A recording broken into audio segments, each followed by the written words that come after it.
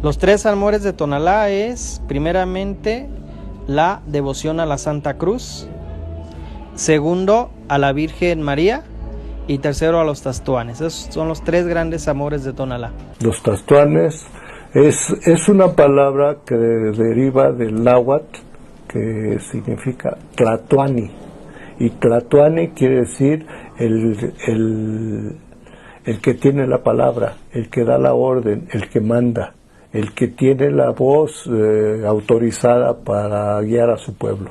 Los emperadores mexicas eran los tlatoanis por excelencia, los güey tlatoanis, los grandes tlatoanis.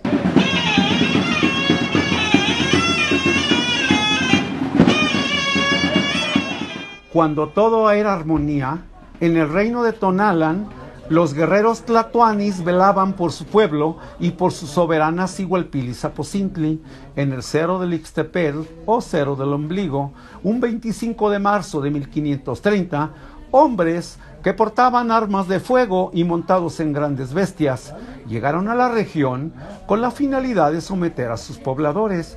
La monarca, sabedora de la crueldad y atrocidades que tropas españolas habían cometido en pueblos vecinos, quiso recibirlos en forma pacífica, con regalos y danzas, pero no todos los guerreros tlatoanis coincidían con su decisión. Prácticamente Tonalá estaba a merced de uno de los peores sanguinarios en la historia de México y en la historia universal. Nuño Guzmán precedía de haber conquistado Michoacán y convirtió al pueblo purépecha, lo redujo casi a cenizas. Y bueno, de todo esto se enteró quien gobernaba Tonalá. Y para el caso de Tonalá, hemos estudiado y hemos encontrado que una mujer fue la que legítimamente recibió el poder. Los tastuanes originariamente fueron los jefes de las diferentes tribus que en ese entonces estaban aglomeradas en conjunción con la Sigualpili, que era la gobernanta que gobernaba toda la región, y que algunos de ellos desobedecieron a Sigualpili y se enfrentaron, fueron los que armaron el revuelo para enfrentarse a los españoles.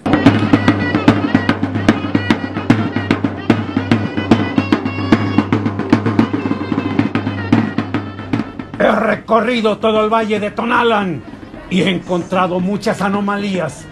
Los tlatoanis de Oriente están inquietos por los rumores que se escuchan.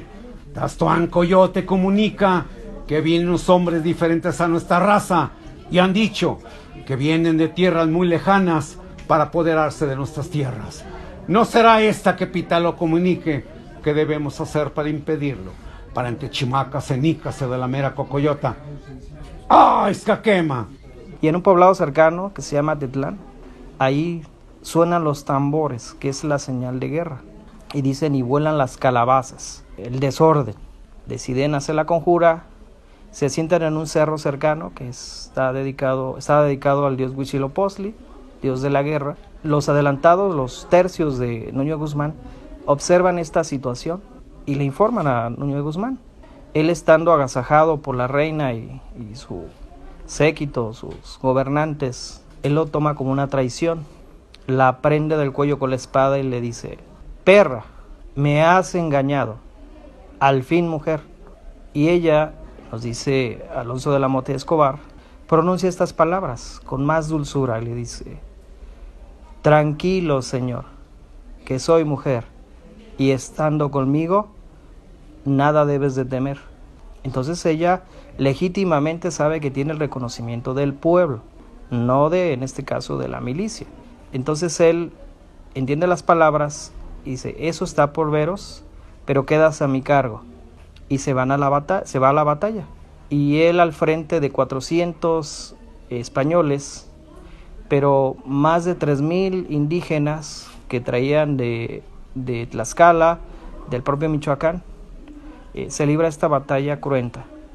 Los ibéricos traían caballos, traían picas, traían me parece que 2 cañones. Sin embargo, el terreno pues era desconocido para ellos y estaba muy escarpado. Los indígenas conocían el territorio. Hay capitanes y atacan por sectores. Ese era el sistema que tenían los indígenas, como tipo falanges, es decir, una punta jala a un grupo y por los 4 puntos cardinales atacan al enemigo. Eso era lo que a ellos les aseguraba la victoria. Libraron una de las más crueles batallas que hayan vivido los ibéricos. La danza de los Tastuanes invoca esa hazaña en que nuestros guerreros levantaron la voz, arriesgaron sus vidas para defender la dignidad de su pueblo. Sucede un hecho fortuito, que es que uno de los indígenas con su rodela golpea al caballo que contiene a Nuño de Guzmán y el caballo cae de canto y le atrapa una de las piernas con el cincho. Cuando ya se apresta a darle el golpe final, aparece providencialmente en una de las crónicas de Juan de Sámano, dice que es Cristóbal de Oñate, pero venía en un corcel blanco, en un caballo blanco, y venía a contraluz. Entonces el reflejo no les permitía ver bien el rostro. Él llega, se apresta a romper el cincho, saca a Nuño de Guzmán, lo sube al caballo y lo libera de esta situación. Lo demás ya es mítico, ¿sí? De que se apareció Santiago y los derrotó y algunos los hizo correr o mató un montón de gente, muchos se fueron a refugiar a las cuevas. La cueva es un elemento prehispánico primordial. Ahí es donde se resguardan, ahí es donde nacen, ahí es donde se conciben las ideas espirituales, místicas, religiosas. Y en las cuevas, pues algunos dicen que esa es parte de la leyenda, algunos se infestaron de sabandijas y por eso las máscaras están llenas de sabandijas. En 1531, cuando llega el evangelizador Fray Antonio de Segovia, empieza a preguntar de estas maravillas, de este suceso de la batalla del Cerro del Ombligo, y le comentan que pues ellos no atinan a saber si de veras fue uno de estos capitanes o realmente fue el propio Santiago, pero a México la conquista siempre la acompañó la figura de Santiago Caballero, nada más que deja de ser matamoros y se convierte en mataindios, o por lo menos ayuda a los españoles a someter a los indígenas. Se le da la advocación a Tonalá a Santiago Apóstol. Lo cierto es que murió muchísima gente, dice por allí uno de los historiadores de la iglesia, que lo que originalmente se celebró fue el triunfo de Santiago y los españoles a los indígenas, que era algo parecido a la danza de moros y cristianos, pero que acá se había vuelto entre Santiago y los Tastuanes. Y dice por ahí un historiador de la iglesia, lo que en su momento era un triunfo español, terminó con convertirse en una fiesta indígena donde se resalta la figura del indígena.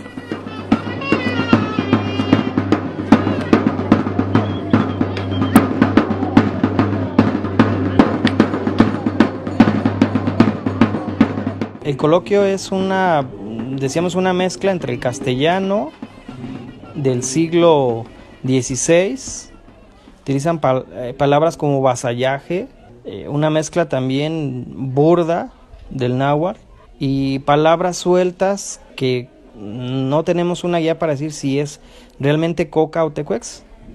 Eso es lo que se compone el coloquio. O sea, no es un lenguaje estructurado, es un coloquio. Para bajito. Qué bonita pipistola tienes.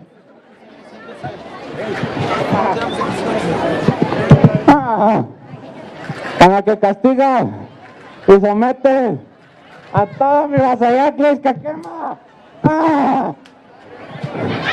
Qué bonito papelete tiene. Este chichimaca, con el que caminas y recorres todo nuestro valle es que quema. En México 3 órdenes principalmente evangelizaron con estas características y a través del teatro, hay que decirlo, que fue la franciscana, que fue la agustina y que fue la dominica. Influye mucho esa forma de representar con elementos que ellos denominaban paganos, pero también cristianos. Y entonces nos llega a nosotros una danza que comienza con elementos paganos y termina con elementos cristianos. Recordemos que es una danza que tiene 490 años. ha sido modificada al paso del tiempo, al paso de las personas, y compone 3 partes, que es el arribo, que es el juicio y finalmente el baile en sí, en un baile donde ya va implícito esta parte de la acción donde van a atacar a Santiago, Santiago se defiende. En primer lugar es como establecer nuevamente el territorio con la llegada, establecer las medidas que definan de dónde a dónde es su territorio. De oriente a poniente, para poder ver cuánto territorio aún nos pertenece. En segundo lugar, una sentida petición por la invasión del territorio. ¿Con qué? Ellos hablan de animales, ellos hablan de personas y los daños que provocan estos animales y estas personas. ¿Quiénes los juzgan? Bueno, hay 3 personajes que se incluyeron, que son los 3 Reyes Magos. Hemos perdido y así saber defender a nuestra soberana del animal ponzoñoso. 2 cabezas, 4 manos y 4 patas. Se juzga en un primer momento a los españoles que invaden y todo esto es presentado por 2 personajes. Uno es el Tastuán Verdugo o Tastuán Berrugo y el otro personaje es como una especie de capitán, un tlatoque. Va a ser el que va a ir presentando las quejas de los tastuanes que en ese momento son cautivos y son como los ciudadanos, asumen el papel como de ciudadanos. Y entonces va a aparecer por invocación de los españoles una figura sobrenatural que es perfectamente humana en ese momento. Entonces aquí nos da como una reminiscencia del evangelio cristiano, ¿no? En ese momento entonces se le juzga por todas las tropelías que han cometido los españoles. Él asume el cargo, Santiago, y entonces es denigrado públicamente hasta ser de alguna manera torturado, y ahí hablan que se destaza, incluso se le sacan las partes de su cuerpo y a la gente, a los espectadores se les entrega como colaciones. Imagino que para suavizar un poco esa parte un poco difícil de entender. Luego él resucita. Para esto todo va al compás de una música que va de alguna manera alentando y motivando los pasajes de este juicio. Al momento de la música, de que vuelve en sí este personaje, entonces se agrupan en cuarteles y entonces sí ya empieza el choque cruento de Santiago con los indígenas. Hay un personaje que va a mediar en todo momento, que es una especie de Judas. De hecho así se le consideró hasta el siglo XVIII por lo menos. Hoy ese personaje se le nombra la perra, incluso trae una máscara canina. Este personaje, aun cuando su origen es Tastuán, va a ayudar al Santiago.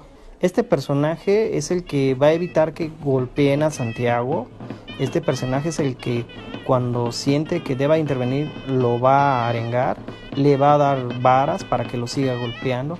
Para el caso de Tonalá se usan varas, pueden ser de membrillo o de otra especie, pero tienen que tener una consistencia, que sean frescas, imagino, para que no se rompan tan fácil. Este coyote, en realidad es como un coyote.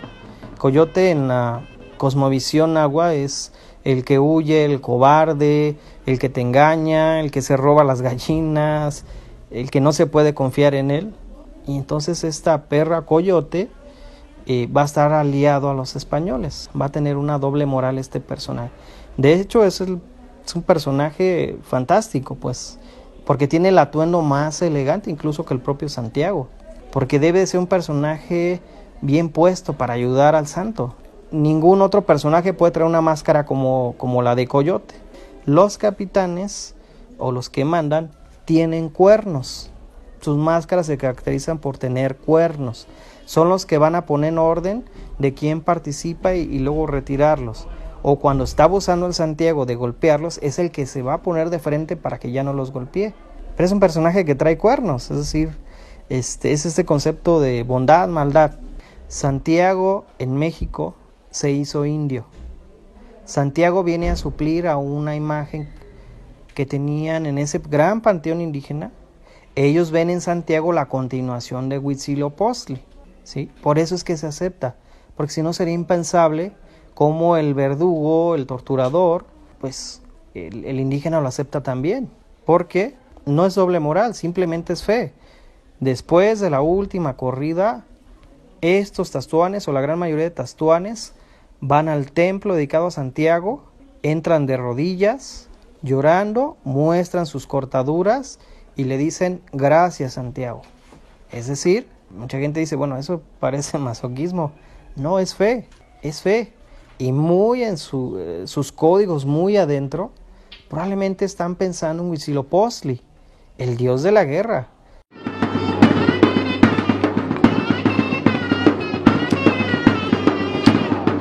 La danza se tolera la manifestación.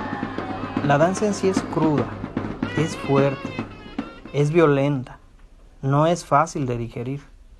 Entonces tenían que buscar un fin que les permitiera que todo este periplo de la danza, que no es fácil de digerir, llevara a un final, a un término feliz, donde el bien, desde la óptica cristiana, triunfe sobre el mal. ¿Quién es el bien? Ese ser sobrenatural. ¿Quién es el mal? Estos rebeldes que no estuvieron de acuerdo y que se convierten en especie de diablos. Nuestros indígenas no tenían el concepto de Dios demonio, tenían el concepto de bienestar, malestar. Obras buenas, vives bien; obras malas, te va mal.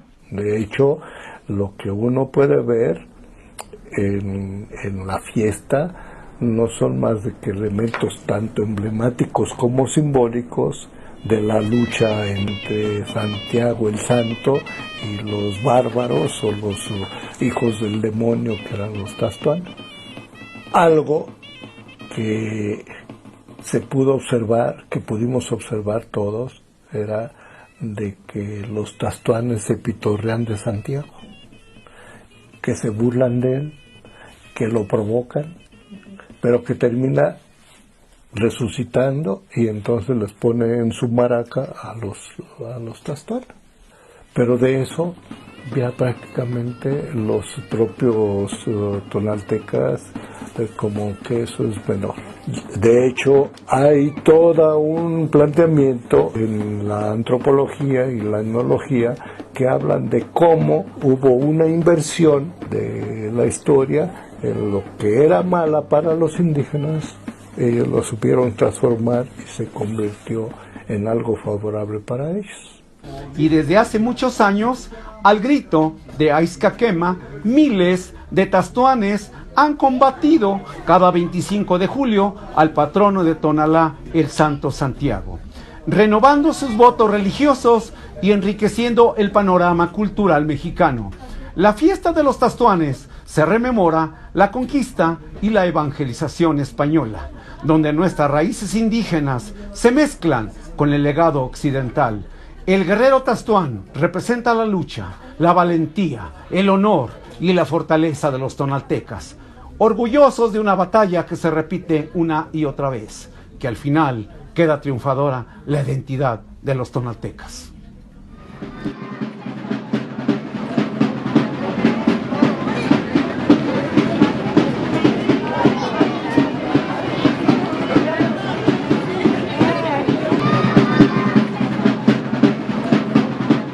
En época prehispánica solamente se maquillaba la cara, el indígena, no se la cubría. Pero luego se adopta la máscara, muy probablemente ya con estas autorizaciones que le dan en el teatro en México, más no sabemos si franciscanos o agustinos, le dan este elemento adicional de la máscara. Esta máscara está compuesta de algunos elementos como características zoomorfas, pero grotescas, animales incrustados, animales rastreros, arañas, serpientes, lagartijas, ratas, iguanas, etcétera, también para atemorizar. Tiene verrugas también, tiene como deformaciones, cabello desaliñado, como de que si hubieran estado en un espacio totalmente salvaje, pero también tiene un elemento que nos hace pensar que por lo menos la danza se celebra de 1556 hacia acá. El Cocolistli, esta marca estos puntos del Cocolistli. La viruela la trae un soldado africano de Pánfilo Narváez, que era el que venía a aprender a Hernán Cortés por órdenes de Diego Velázquez, y viene con un soldado ya infectado. Recordemos que nuestros indígenas no tenían defensas naturales contra esta enfermedad. Pero la Nueva Galicia se sabe que hasta 1556 según las crónicas. Entonces, cuando se le agrega este elemento, muy probablemente estamos hablando de una temporalidad posterior de esta danza. La máscara se vuelve su identidad. Yo dejo de llamarme Manuel, me coloco la máscara. Mi máscara lleva un color definido, una técnica definida, y luego expresa mi concepción, mi cosmovisión del guerrero y cómo me enfrento a la adversidad del mundo. Entonces mi máscara puede tener elementos tanto o más que lo que yo quiera darle a conocer al mundo, mi fiereza. Solo que yo siempre le pido permiso al espíritu antes de ponérmelo. Siempre. ¿Pero lo haces en voz alta? No. Es una cosa muy personal. Ya, sí. La preparación que empieza, o como motivo primordial tiene, el que hagan su propia máscara. El buen tastuán la debe de hacer. Y si no hay medios para que él aprenda a hacerla. Y en el peor de los casos, comprarla, pero que se le decore a su gusto. No todos tienen la vocación artesanal, sin embargo, sí se recomienda que cada uno haga su máscara para tener el sentido de identidad y pertenencia. Entre más la hagas tuya, más la vas a conservar. 1 o 2 años con la misma máscara. Quizás sea muy difícil ya un tercer año usarla, porque luego ellos se van a sentir encasillados a un solo personaje.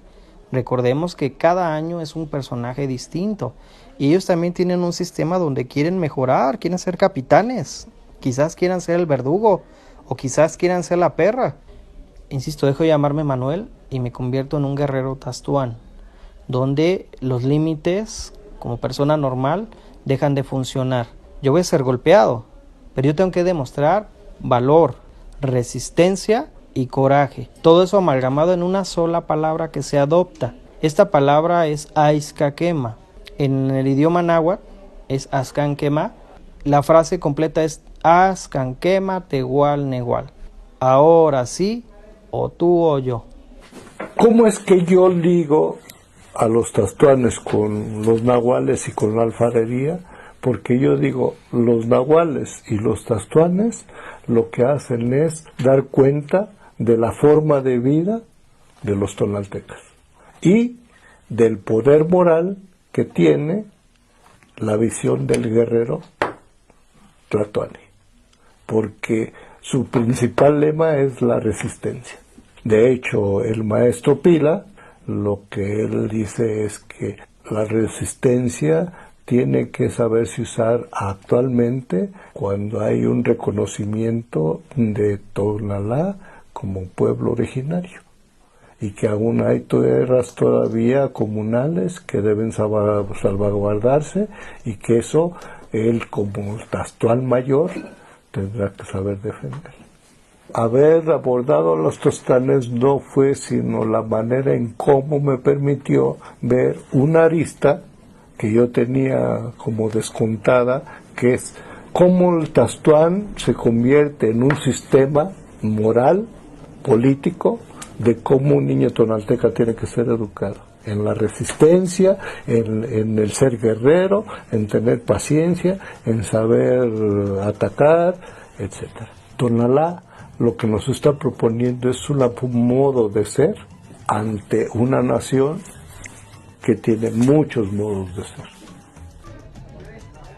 La verdadera esencia de un tastuán es morir luchando al aguerrido grito de Aizcaquema, que nace en lo más profundo de nuestro corazón y desemboca en las inconsciencias de los que han olvidado sus raíces, para recordarles que aún existe el exorbitante mundo indígena y con ello contagiarlos del orgullo por nuestra cultura tonalteca, porque aún somos lo que hemos perdido. Pante chimacas, enícase de la mera cocoyota, Aizcaquema. Muchas gracias.